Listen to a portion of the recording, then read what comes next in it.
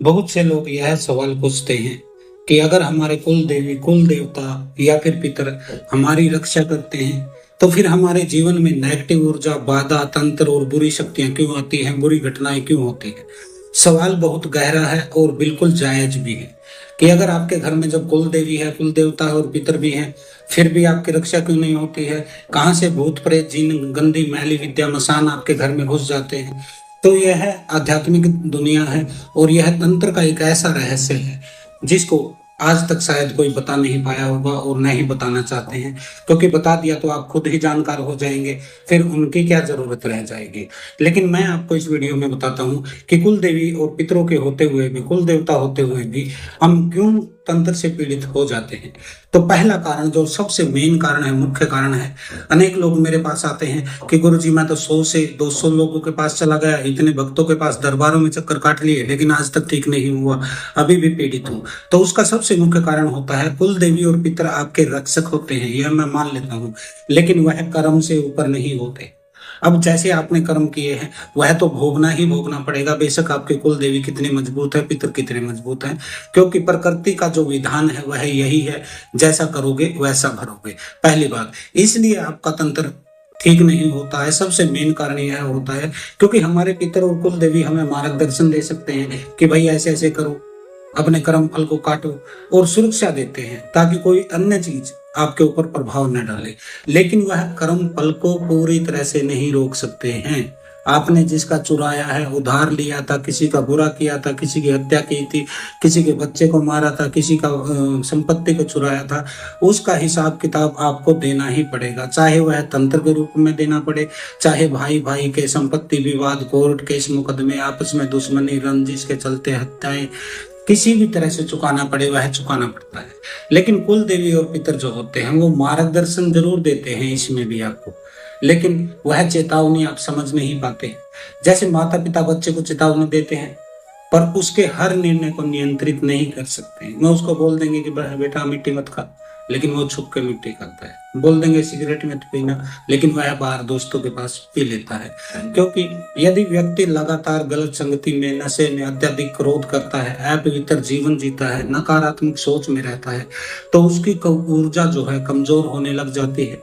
ऐसे में रक्षा कवच भी कमजोर हो जाता है, कुल देवी देवता से उसका भी संबंध अक्षीण हो जाता है, कमजोर हो जाता है, अशुद्धि के कारण, गलत रहन सहन के कारण, ज्यादा क्रोध के कारण यह होता है। तो पहला तो यह होता है कि आपका इलाज नहीं होता है। दूसरा होता है पितृ और कुल देवी या फिर कुल देवता, इनसे संबंध आपको सक्रिय रखना पड़ता है। क्योंकि बहुत से लोग तो ऐसे हैं, मैंने देखा है, जब संकट आता है तभी वह अपने कुल देवी कुल देवता पितरों को याद करते हैं। लेकिन तंत्र कहता है कि इनके संबंध को जीवित बनाए रखना जरूरी है। अनेक लोग तो मेरे पास ऐसे आते हैं जिनको यह नहीं पता है कि मेरी कुल देवी का नाम क्या है, कुल देवता का नाम क्या है। तो फिर आप सोचिए कि यह संबंध सक्रिय है या फिर निष्क्रिय है। पूरी तरह से निष्क्रिय है।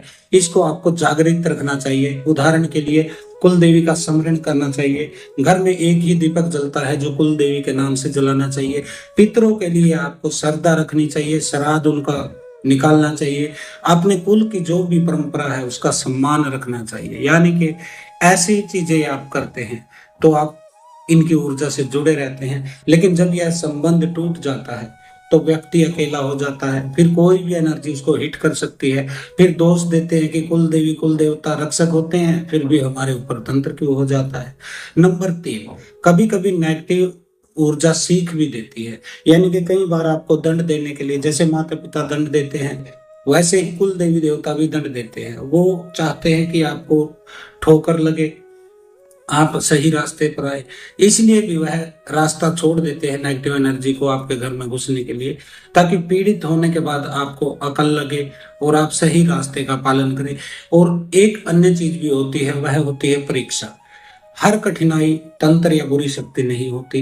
कई बार जीवन में जो बाधाएं आती है वह हमें बदलने के लिए, जगाने के लिए या फिर मजबूत बनाने के लिए भी आती है। अब यह चीज आपको देख लेना चाहिए, क्योंकि तंत्र के ग्रंथों में कहा गया है कि कठिन समय पर व्यक्ति की चेतना को जगाया जाता है। और यह जागृति कौन देता है? जो आपके मार्गदर्शक होते हैं, यानी कि कुल देवी कुल देवता, आपके पितर।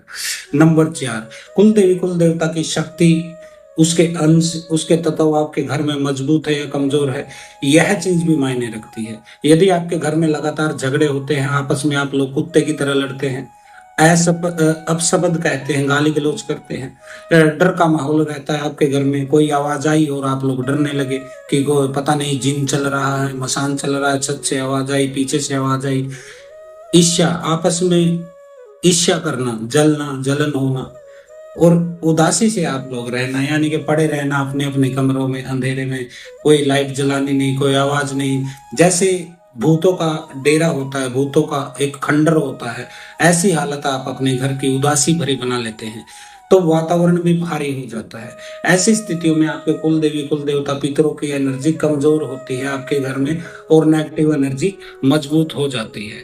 और नंबर 5 पर हम क्या कहते हैं आपको, केवल डर नहीं, संतुलन भी जरूरी है। हर समस्या को नेगेटिव एनर्जी मान लेना भी सही नहीं है, क्योंकि अनेक लोग ऐसे भी हमारे पास आते हैं जिनके ऊपर रत्ती भर भी नकारात्मक ऊर्जा नहीं होती, लेकिन अलग अलग भक्तों के पास जाते हैं, वो भक्त उनके दिमाग को घुमा देते हैं।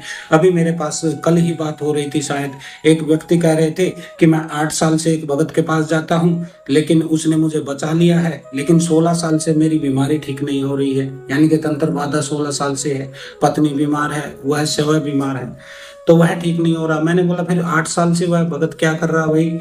तो उसने कहा कि भगत बोल रहा है कि तुम्हारी कुल देवी और तुम्हारी पत्नी की कुल देवी, इन दोनों कुल देवियों का युद्ध चल रहा है, इनमें से जो जीतेगी वही तुम्हारे घर की कुल देवी बनेगी, उसके बाद तुम्हारा कल्याण होना शुरू होगा। दूसरा उसने बोल दिया कि रोज दीपक जलाना शुरू करो गोका जाहिर वीर का, और हर वीरवार 4 लड्डू 5 लड्डू चढ़ा के आओ, पान बीड़ा। तो मैंने कहा भाई ये कब तक चढ़ाना है और यह किस लिए चढ़ाना है, उसने क्या बताया तेरे को? तो वो कहता है उसने ऐसा कुछ नहीं बताया, उसने कहा यह तुझे जिंदगी भर तक चढ़ाना है और तू भगत बन जाएगा, जा तेरे ऊपर तो बहुत बड़ी शक्तियों की कृपा है। तो ऐसे झंडुओं से सावधान भाई, जो बिना कारण ही आपको कोई काम पकड़ा देते हैं कि करते रहो। कोई भी हम काम करें तो उसका टारगेट होना चाहिए, उसका समय होना चाहिए, उसका उद्देश्य होना चाहिए। ऐसा थोड़ा ना कि 8 साल से आप चक्कर कटा रहे हैं उसको, हर गुरुवार जाओ, हर शनिवार ये करके आओ, ऐसे नहीं होता है। तो कई बार मानसिक तनाव भी होता है जिसको आप तंत्र से जोड़ लेते हैं, स्वास्थ्य के कारण भी हो सकते हैं, शारीरिक, आर्थिक दबाव भी हो सकता है। जैसे जैसे पैसे की तंगी होने लगती है, घर में लड़ाई झगड़ा शुरू होने लग जाता है, कोई घर में पड़ा रहता है, बेरोजगार पड़ा रहता है, घर के अन्य सदस्य उसको कहना सुनना शुरू कर देते हैं कि तू काम क्यों नहीं करता, पैसा क्यों नहीं कमाता। तो रिश्तों में समस्या भी इसी कारण से होती है।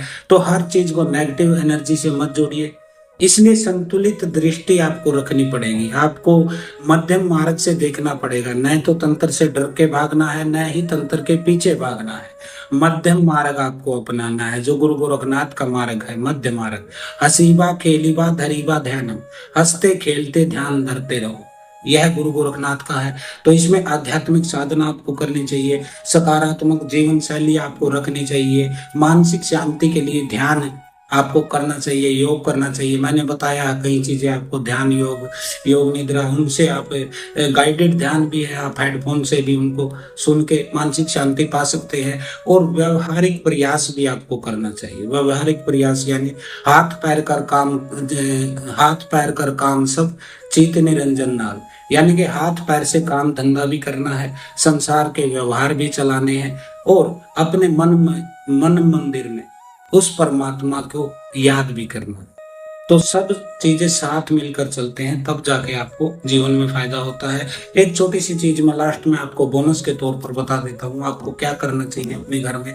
रोज सुबह आपको नहा धो के कुल देवी के नाम से दीपक जलाना चाहिए। सप्ताह में एक बार अपने पूर्वजों के यानी कि पितरों के नाम से प्रार्थना करनी चाहिए। उनको कोई भोग वोग नहीं देना चाहिए, क्योंकि भोग वोग वो खाली श्राद्ध के पितृपक्ष में 15 दिन धरती पे आते हैं। उसके अलावा पूरा साल जो भी आप पितरों के नाम से भोग देते हैं उसको प्रेत ही खाते हैं। इसलिए प्रेतों को मजबूत मत बनाइए। सप्ताह में एक दिन चुन लीजिए, उस दिन अपने पितरों के लिए प्रार्थना कीजिए कि हे भगवान विष्णु, हमारे पितरों को शांति, संतुष्टि, तृप्ति प्रदान कीजिए, उनको आशीर्वाद दीजिए, शक्ति प्रदान कीजिए। ऐसी प्रार्थना कीजिए खाली उनके लिए। घर में शांत मंत्र और ध्यान करें। अब मंत्र मैं बता देता हूँ, ओम क्रीम कालकाय नमः। इस मंत्र का आप जाप कर सकते हैं घर में, लेकिन 108 बार ही करें एक समय में, इससे ज्यादा करने की कोई आवश्यकता रास्ता नहीं है। ज्यादा जाप करोगे तो आपकी ऊर्जा अनबैलेंस हो जाएगी, क्योंकि आपके पास गुरु नहीं है।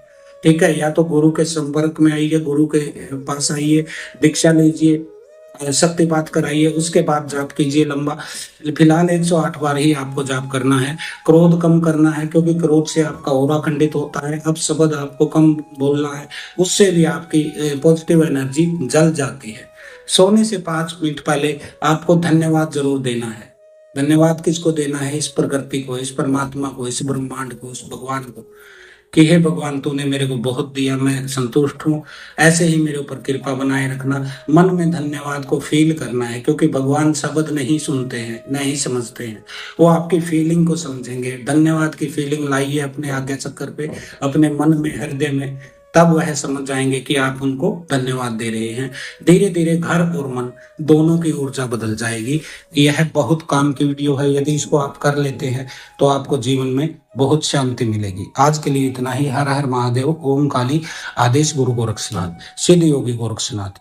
यदि आपको कोई ऐसी समस्या है तो आप हमसे संपर्क कर सकते हैं और मिल भी सकते हैं। ऐसी ही ज्ञानवर्धक वीडियो के लिए हमारे चैनल को सब्सक्राइब जरूर करें।